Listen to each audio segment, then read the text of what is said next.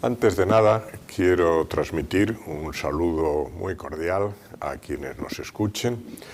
Decir que vamos a hablar desde un punto de vista realista, coloquial, en términos de charla, de algunos aspectos que plantea la representación política en las democracias de nuestra época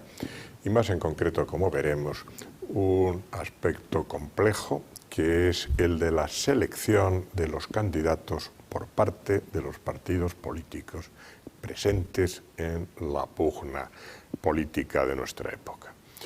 No tenemos pretensión de llevar a cabo una lección magistral. Esto va a ser una cosa muy didáctica entre un profesor senior de la asignatura de Derecho Constitucional y ustedes interesados por esta temática. No vamos consiguientemente a pretender hablar de grandes categorías de la doctrina política clásica, como la de la relación entre gobernantes y gobernados, el dilema también clásico entre la participación política y la representación. Y no lo vamos a hacer porque el principio de participación o está reservado para circunstancias muy solemnes a través de figuras como el referéndum, que se celebra muy de tarde en tarde, o simplemente es un residuo de las pequeñas comunidades de escasa población, como ocurre en nuestra vida municipal en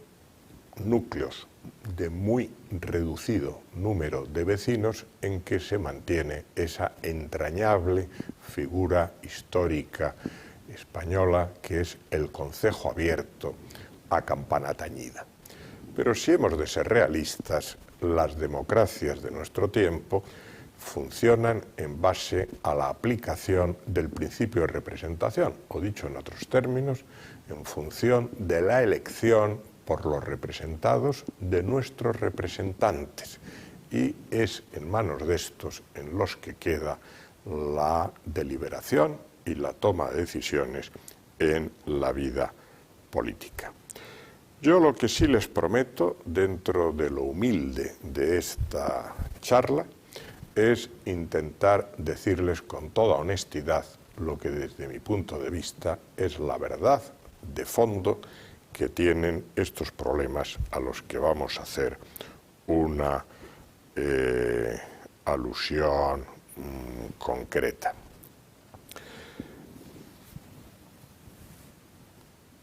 Los electores tienen que elegir a sus representantes entre los que son candidatos, no entre el común de la ciudadanía. No es posible que ninguno de nosotros digamos el día de las elecciones: yo creo que a quien tengo que votar es a ese señor que venía a mi lado por la acera de la calle o al que transitaba por la acera de enfrente. El proceso electoral está restringido a la posibilidad de optar entre los candidatos que se han presentado a los comicios. Expresada esta obviedad, hemos de anotar otra. Quienes realmente presentan a los candidatos en los procesos electorales son los partidos políticos. En teoría, también las coaliciones de partidos, en teoría también determinadas asociaciones electorales con determinadas firmas. Pero si tenemos que ser realistas, el proceso de selección de candidatos en una democracia de nuestro tiempo está confiada por el sistema político democrático en los partidos, hasta tal punto de que la politología contemporánea, especialmente la politología norteamericana, que es la más avanzada en estos análisis, sostiene que la primera y esencial función de los partidos políticos es seleccionar candidatos, es decir, de entre todos los candidatos posibles, venir a hacer una selección de quienes son los más idóneos, quienes son los mejores para estar en las instituciones representativas de deliberación o de gobierno a uno u a otro nivel. ¿Con qué criterios deben los partidos seleccionar a los candidatos? Básicamente, la doctrina clásica nos dice que tienen que elegir a los mejores. Platón, que ha pasado a la historia por el mito, por su, podríamos denominarlo, su utopía del gobierno de la República de los sabios, sienta las primeras tesis al respecto. Pero en el Renacimiento, cuando se recoge el pensamiento político griego, romano, la reinterpretación por Cicerón de Platón, se vuelven a poner esas bases y esas bases vuelven a ser recuperadas por el primer liberalismo en el siglo XVII británico, en el siglo XVIII francés y norteamericano. Es la tesis de Stuart Mill cuando dice que nuestros representantes deben ser como los médicos, aquellos que pueden hacer el mejor diagnóstico sobre las dolencias sociales y recomendar la mejor terapia, en términos de tal relación con nosotros, los representados, con los pacientes, diríamos en el caso de los médicos, que el paciente tiene plena confianza en ese diagnóstico y en la terapia que se le propone, no la discute y sabe que eso es lo mejor y lo más conveniente para él y para el común de la sociedad. Alexis de Tocqueville, el francés que va a hacer el gran análisis de lo que es la primera democracia en Estados Unidos, dice que la principal virtud de la democracia norteamericana es que está enfocada a lograr el gobierno de los mejores. Hoy, si Tocqueville levantara la cabeza, hace mucho tiempo que no está en la tierra, Tocqueville diría: Obama fue elegido porque era el mejor. Ahora, en estos últimos días, el Partido Republicano ha hecho un largo proceso de preselección a través de elecciones primarias. ¿Para qué? Para seleccionar en la figura de Romney el mejor candidato posible para contender con Obama. Esa preocupación por el proceso de preselección de los mejores candidatos es uno de los vectores básicos del debate recogido en el gran libro clásico en Estados Unidos que se llama El Federalista, debido a varios autores como Jefferson, Hamilton, etcétera, que eran artículos que se publicaban en un diario de Nueva York en paralelo al proceso constituyente norteamericano, donde debaten con gran cultura sobre lo que es el liberalismo y sobre lo que ha sido la experiencia de la Revolución Británica del 17, del triunfo del Parlamento sobre el rey, de la aparición de los primeros partidos británicos. Es un debate, repito, el que se recoge en esa gran obra que es El Federalista, en que un vector esencial del debate es intentar impedir los excesos, los vicios de los partidos y asegurar que la selección de los representantes realmente responde en la práctica a lograr que los candidatos sean los mejores posibles.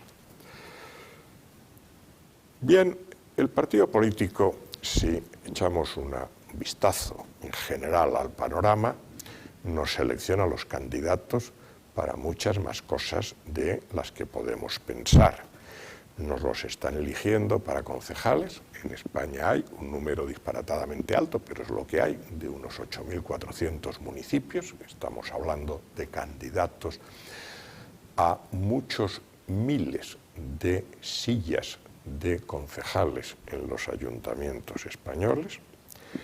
Para diputados provinciales, que no es una elección directa, es una elección indirecta por los miembros de los ayuntamientos ya elegidos, pero en que son también los partidos los que en definitiva deciden qué concejales o alcaldes van a ocupar butaca de diputado provincial en las 50 diputaciones provinciales. Nos eligen también los candidatos, como todos sabemos, para las asambleas o parlamentos autonómicos, 17, para los consejos insulares, en Canarias, a diferencia en Baleares, se llaman cabildos, para los diputados a Cortes, para los senadores de nuestra Cámara Alta, para los miembros del Parlamento Europeo, y luego van efectuando un proceso de preselección, en función del cual pues, alguien queda de alguna forma apuntado para alcalde de su localidad, o para presidente de la Diputación Provincial, o para los órganos de gobierno de las comunidades autónomas, o del gobierno central, y alguien pues va siendo preparado para presidir ese órgano colegiado, o para estar en una cartera económica, o para estar en una cartera de interior, etcétera, etcétera. Esas decisiones de selección, de apunte, son de los partidos políticos. La gran pregunta realista que hay que hacer, sine ira et studio, que decían los clásicos, procurando ser objetivos, no comportándonos como periodistas que quieren vender periódicos, aunque sea metiéndose con la gente en términos poco correctos y poco compatibles con los valores de la ciudadanía. Pero la pregunta que nos tenemos que hacer en términos académicos, como universitarios, muy alejados de cualquier práctica demagógica, es si hoy los partidos de nuestro entorno realmente cumplen la función de seleccionar a los mejores o no. Y no se puede generalizar la respuesta, porque siempre que a una pregunta muy amplia, que afecta a miles de supuestos, se responde con una generalidad positiva o negativa, se es injusto. Es obligado matizar las circunstancias, los comportamientos en cada caso son diferentes. Hecha esa salvedad, que me parece muy importante, yo me atrevería, en los términos esos en que yo les decía a ustedes, que no les voy a engañar, que lo último que puede hacer un profesor con un estudiante, con un alumno, es intentar adoctrinarle, es intentar manipularle, es engañarle. Eso es la mayor deshonestidad en que puede incurrir un profesor. Yo les digo que en términos politológicos contemporáneos, en términos de ciencia política, lo que opina la politología mejor occidental es que el gran problema que tiene la democracia en el siglo XX y a las alturas de los inicios del siglo XXI es que no está claro que en muchos países, en muchos horizontes geográficos, esa selección realmente procure, logre detectar y ofrecer a la ciudadanía los mejores en los procesos electorales. ¿Y por qué se puede llegar a esa conclusión? Pues, en primer lugar, tenemos desde el realismo decir que la actividad que asumen los políticos, que están en la palestra, que están en el escenario, es una actividad poco prestigiada hoy en muchos países. ¿Y por qué podemos afirmar que está poco prestigiada? Pues simplemente con una valoración de ciencia demoscópica, es decir, con un trabajo de campo, los sociólogos pueden, a través de encuestas, a una muestra representativa de la ciudadanía, preguntarles si, en su opinión, las profesiones o las actividades más prestigiadas son unos u otras y las más desprestigiadas son unas u otras. Por esa vía sabemos que en nuestro entorno la actividad del político profesional está en el orden jerárquico del prestigio, situada en una zona muy baja, a veces en el punto más bajo, en España en concreto, junto con los sindicalistas. Prácticamente por debajo de ese punto no hay nada o casi nada. En segundo lugar, porque es una actividad poco estable. Un político profesional depende en su trayectoria del partido en el que milita, que le incluya o no le incluya en las listas electorales. Si no le incluye, no tiene posibilidad ninguna de réplica, de respuesta, y tiene que abandonar la actividad. ¿Cómo se defiende de esa falta de estabilidad por depender de decisiones discrecionales adoptadas en la cúpula de su partido? Se defiende renunciando a la independencia. Tiene que asumir que su actividad es dependiente del vértice de la pirámide de su partido y de la zona más alta de la pirámide. Yo, que soy un modesto catedrático de universidad, les puedo decir que un catedrático de universidad en nuestro país, al amparo del artículo 20 de la Constitución, tiene garantizada la libertad de cátedra, es decir, la independencia a la hora de impartir enseñanza. Y hasta hace unos años yo he ejercido la abogacía en mi condición de jurista, y esa profesión liberal, si se es un profesional de una cierta reputación, es muy independiente. Uno acepta el encargo que le hace un cliente o no lo acepta, atendiendo a las circunstancias del cliente o a la naturaleza del encargo o al caso controvertido. Esa independencia es imposible de soñar por parte de un político profesional. Y en cuarto lugar, nos encontramos con que es una actividad mal retribuida para los mejores, si los mejores son los mejores economistas de una determinada sociedad, los mejores juristas de una determinada sociedad, los mejores urbanistas, los mejores hacendistas, etc.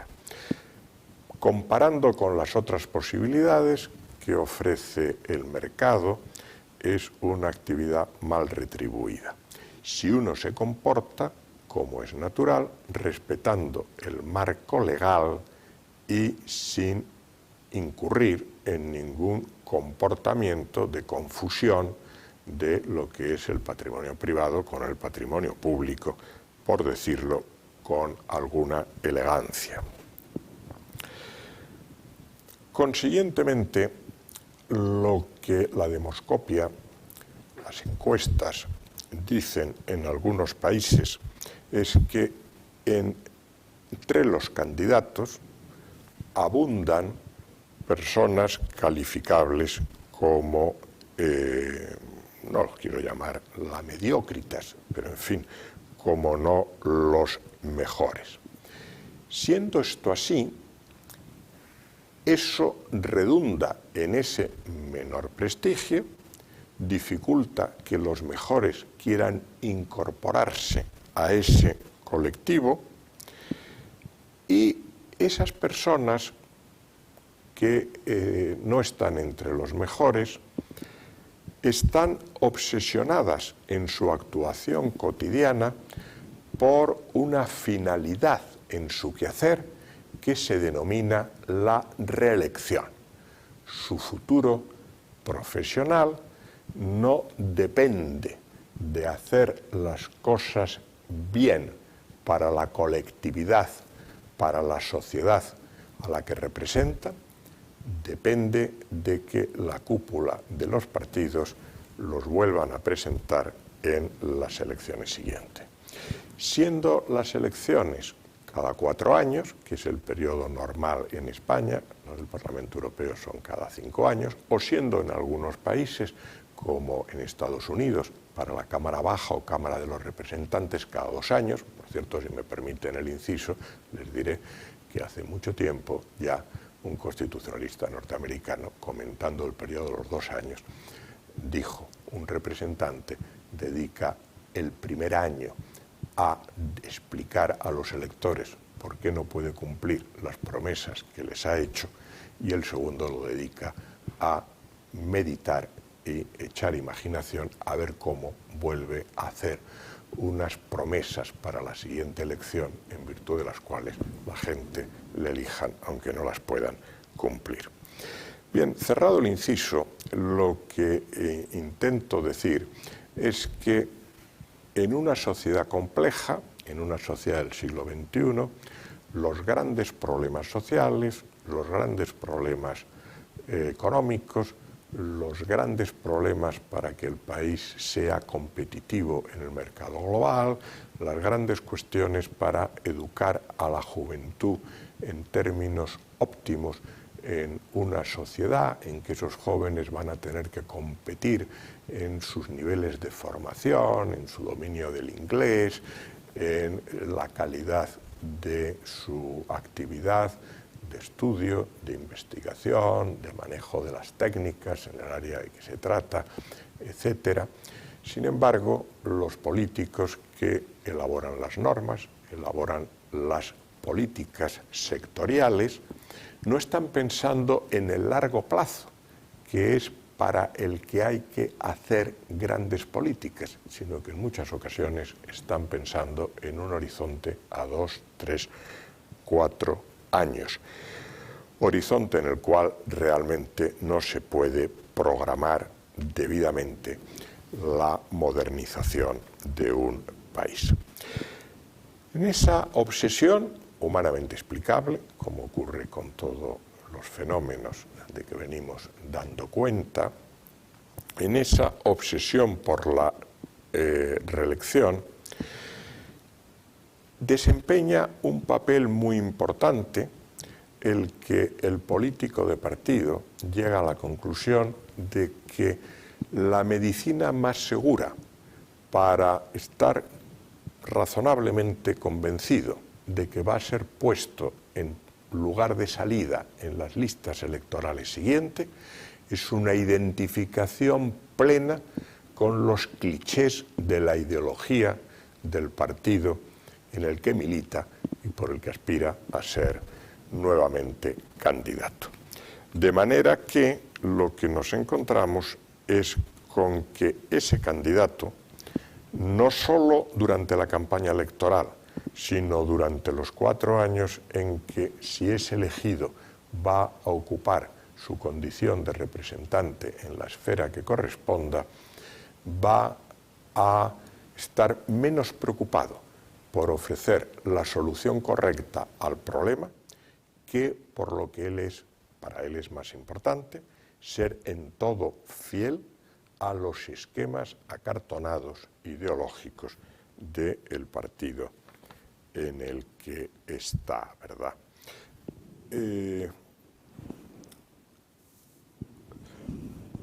Yo me atrevería a decir, y espero no molestar a nadie, que la ideología es la explicación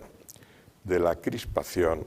de la radicalización de la lucha política y el llevar a la lucha política el principio de que para defender la ideología son válidos todos los medios. Es decir, un cierto orillamiento de la ética de los medios y del principio de alcanzar el fin por todos los medios. Es esa ideología que se ha asumido, con que se comulga, la que hay que defender con denuedo. Yo no niego la importancia de las ideas en la vida política y la importancia de las ideas en el progreso de la convivencia democrática, ya en el pensamiento republicano en Roma, ya en el siglo XVII en Gran Bretaña, en el periodo del siglo XVIII en que se va formando la recepción en el continente de las ideas liberales británicas, en ese gran laboratorio de las ideas que fue la Revolución Francesa y que es en general la Ilustración en España, en Austria, en Italia, en tantos países de Europa. Pero una cosa son las ideas nobles, las ideas fruto de la reflexión profunda sobre los problemas de una época, de las exigencias de la dignidad de la persona, de la ética en la vida privada y en la vida pública, pero a las ideologías propiamente dichas, queridos amigos, hay que acercarse con mayor prevención. La ideología es, dicho en pocas palabras, el sistema de creencias para desenvolverse en política. Y las ideologías no son sistemas repletos solo de ideas, ni muchísimo menos. En las ideologías hay mucho de pragmatismo, de funcionalidad electoral, de clichés simplistas que simplifican o falsean lo complejo. Y las ideologías son no fruto de la acción de pensar, las ideas son el resultado de la acción de pensar en serio, las ideologías son ideas y creencias tenidas por cierta por quienes no las han pensado. Son un mecanismo que sirve para ahorrar en parte o enteramente el esfuerzo de pensar por parte de mucha gente, no de toda, de mucha gente que integra la población y que configuran esas ideologías un pensamiento de grupo, un pensamiento de masas, para mentes que no han pensado, para mentes que se confían a unos medios de comunicación vinculados con los partidos políticos y si ellos escuchan unos medios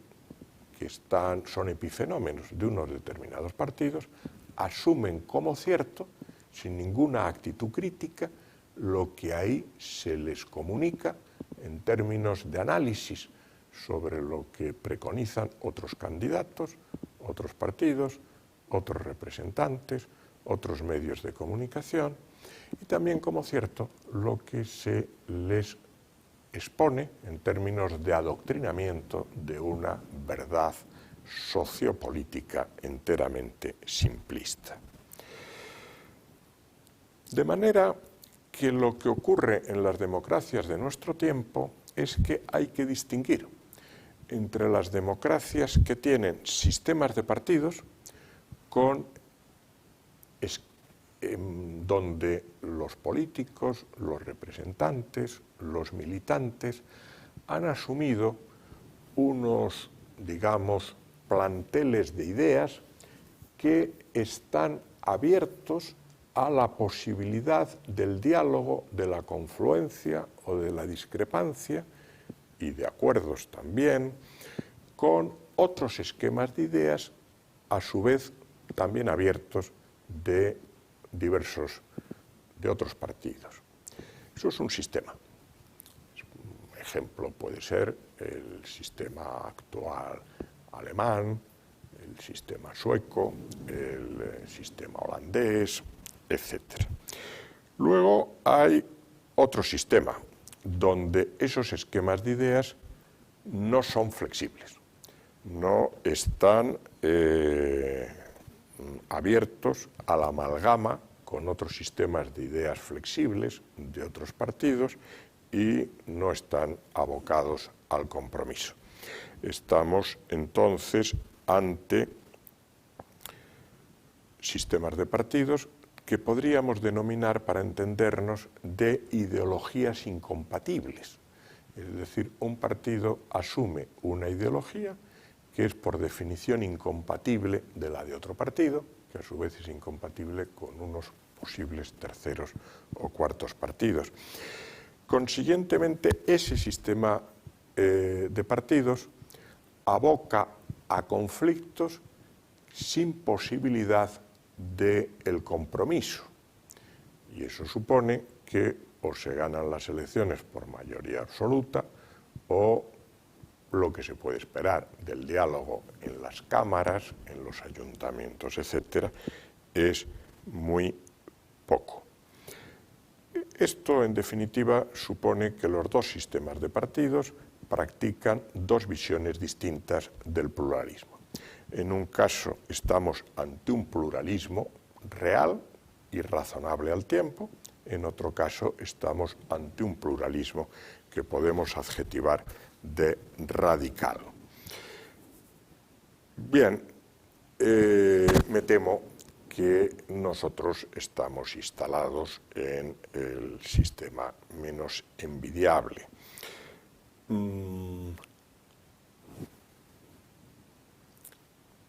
Si el nivel de formación de los candidatos,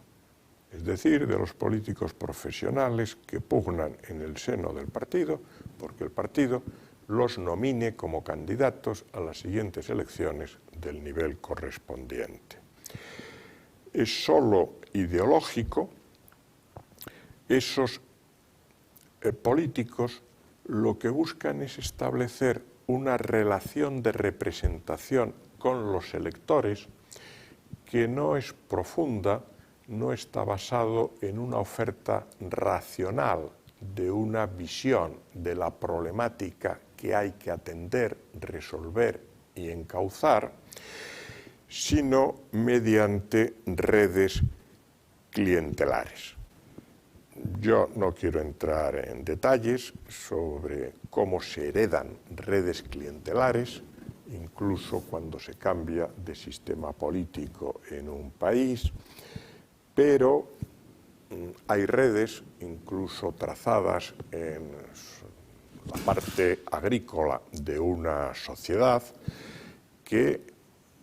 tienen su origen, tienen su configuración primaria en el siglo XIX, durante el caciquismo, que en una serie de países de Europa, como el nuestro, pero también en otros, como en los burgos podridos británicos, existieron. En Gran Bretaña, esos burgos podridos se enterraron. Nosotros, bueno, hay un enterramiento parcial, vamos a llamarlo así, y hay redes clientelares que se mantienen. Pero las redes clientelares se crean desde los órganos de gobierno mediante mecanismos de contrataciones públicas, de defensas de colectivos, de apoyos a determinadas políticas sectoriales. Bien, es un tema muy complejo que evidentemente está fuera del ámbito propio de esta charla. Eso tiene algo que ver con el problema de la corrupción política que en las encuestas preocupa enormemente a la gente. Las encuestas que se hacen en España, el nivel de los políticos aparece como el tercer problema. Una lista de 15 o 20 problemas, aparece el tercero, entendiendo que el primero para nuestra opinión pública es el paro, el segundo es la crisis económica, en el fondo el primero es el efecto más doloroso y preocupante de la crisis económica, los dos están muy vinculados, el tercero es la calidad de los políticos profesionales y el cuarto es la corrupción. Es decir, el tercero y el cuarto pueden ser interconectables. Para salir un poco de lo descriptivo y mirar conduciendo la vista por encima de nuestro horizonte más inmediato hacia la Europa comunitaria y hacia lugares donde la opinión pública tiene mejor opinión de los dirigentes, los cuadros de los partidos, los militantes, sus políticos, los candidatos, los representantes, digámoslo en los términos que prefiramos. Podemos hablar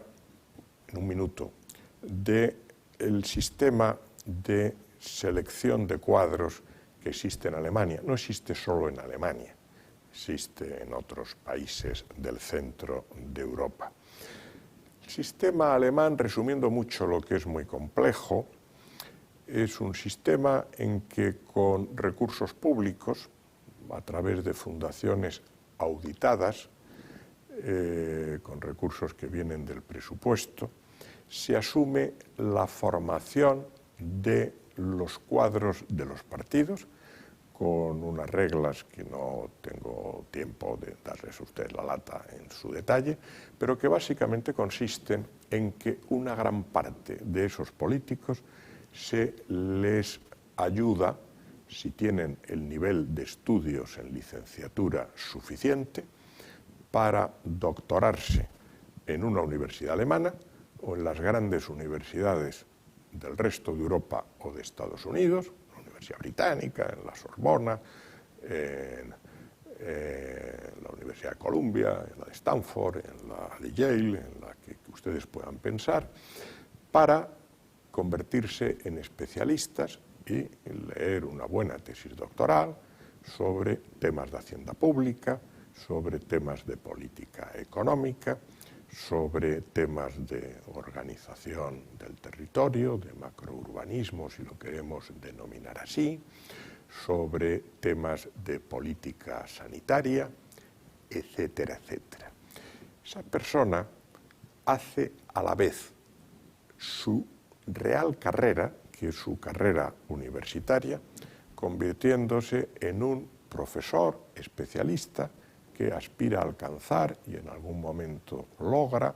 una cátedra de hacienda pública, de políticas económicas, de las diversas materias de economía, de derecho administrativo, etcétera, etcétera. Y tiene asegurado el horizonte de su vida con una retribución razonable a cambio de su esfuerzo de estudiar, pensar, leer y escribir. Y tiene un vínculo de proximidad con la fundación que le ha apoyado en su juventud para hacer esos estudios de alta calificación, que es una fundación de uno de los grandes partidos alemanes, el Partido Liberal, la CDU, Partido Demócrata Cristiano, del SPD, de los socialdemócratas, etc. Cuando ese partido gana las elecciones, por ejemplo, en el Länder de Baja Sajonia, por poner un ejemplo, para la cartera de Hacienda, para la cartera de Sanidad, para la cartera de Educación o para la que sea, puede pensar en llevar ahí a una persona cualificada a través del proceso que he resumido hace un momento. Y la persona asume durante 3, 4, 5 años, el tiempo que sea, esa función política sin la obsesión de ser reelegido, porque él vuelve a su actividad universitaria. Normalmente, el que va a presidir el Länder de Baja Sajonia, en el ejemplo que ponemos, es un político profesional. Y el que va a ocupar la cartera interior también, y alguna otra cartera. Pero aquellas carteras que requieren una especialización para hacer un buen diagnóstico de la problemática económico-social, o para hacer un buen diagnóstico de la problemática de ordenación técnico-jurídica de un área y esbozar y diseñar una buena estrategia, es una persona que, aparte de que tiene un compromiso público, compromiso político, tiene una alta cualificación, tiene consiguientemente un determinado prestigio social, tiene una determinada independencia y una capacidad de no pensar solo a un horizonte que llega un poco más allá del cortoplacismo estricto, sino un horizonte de largo plazo. Y esa persona se suele comportar en la vida pública en general de forma mucho menos corrupta que otros sistemas que no han asumido estos mecanismos de alta selección de su clase pública. ¿Eso quiere decir que no hay corrupción en Alemania, en Austria, en Suecia, en Holanda? No, la corrupción es inherente, desgraciadamente, al barro con que estamos hechos los humanos. Por ejemplo, en Alemania ha tenido que dimitir hace poco el presidente de la República porque se ha acreditado que en su tesis doctoral había todas unas partes que estaban plagiadas, estaban copiadas. Pero esa es la corrupción que más preocupante quizá que hay en los hombres públicos de Centro Europa. Ahora en Hungría, hace poco, al presidente del Parlamento le han le han detectado igualmente que ha copiado partes significativas de su tesis doctoral, porque como para llegar a esos puestos hay que ser profesor universitario, doctor, etcétera, etcétera, pues siempre hay el espabilado que en vez de estudiar y trabajar con seriedad hace estas cosas. Pero el panorama se puede comparar relativamente. Por supuesto, lo que yo he dicho de Hungría, comparar a la clase dirigente alemana con la húngara no es correcto, la distancia es sideral, pero lo que he querido es esbozar unas ideas para entender la preocupación de los españoles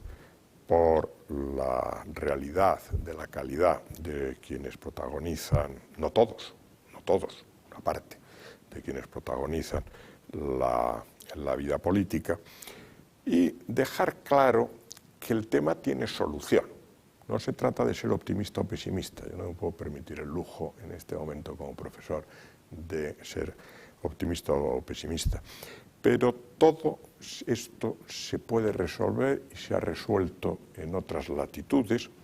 Se resuelve mediante una mejor formación.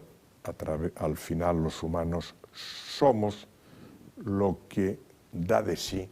nuestra formación y la interiorización auténtica de lo que hemos estudiado en nuestra juventud y a lo largo de la vida y configura nuestra escala de principios y valores.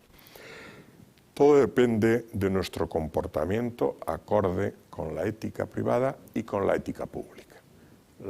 Sin ética pública, la democracia está vaciada de gran parte de sus esencias y todo al final depende de nuestro esfuerzo a la hora de caminar por la vida. Yo, desde ya mi excesiva edad, les animo a ustedes, si han tenido la paciencia encomiable y que agradezco profundamente de haber escuchado esta desordenada disertación, que conciban, si tienen vocación hacia la vida pública, la misma desde un compromiso con la ciudadanía, con la mejora rigurosa, sin clichés ideológicos, de los enormes problemas complejos de nuestra sociedad en el siglo XXI y dediquen a ello, como dicen los anglosajones, sus mejores esfuerzos. Nada más y muchísimas gracias por su atención.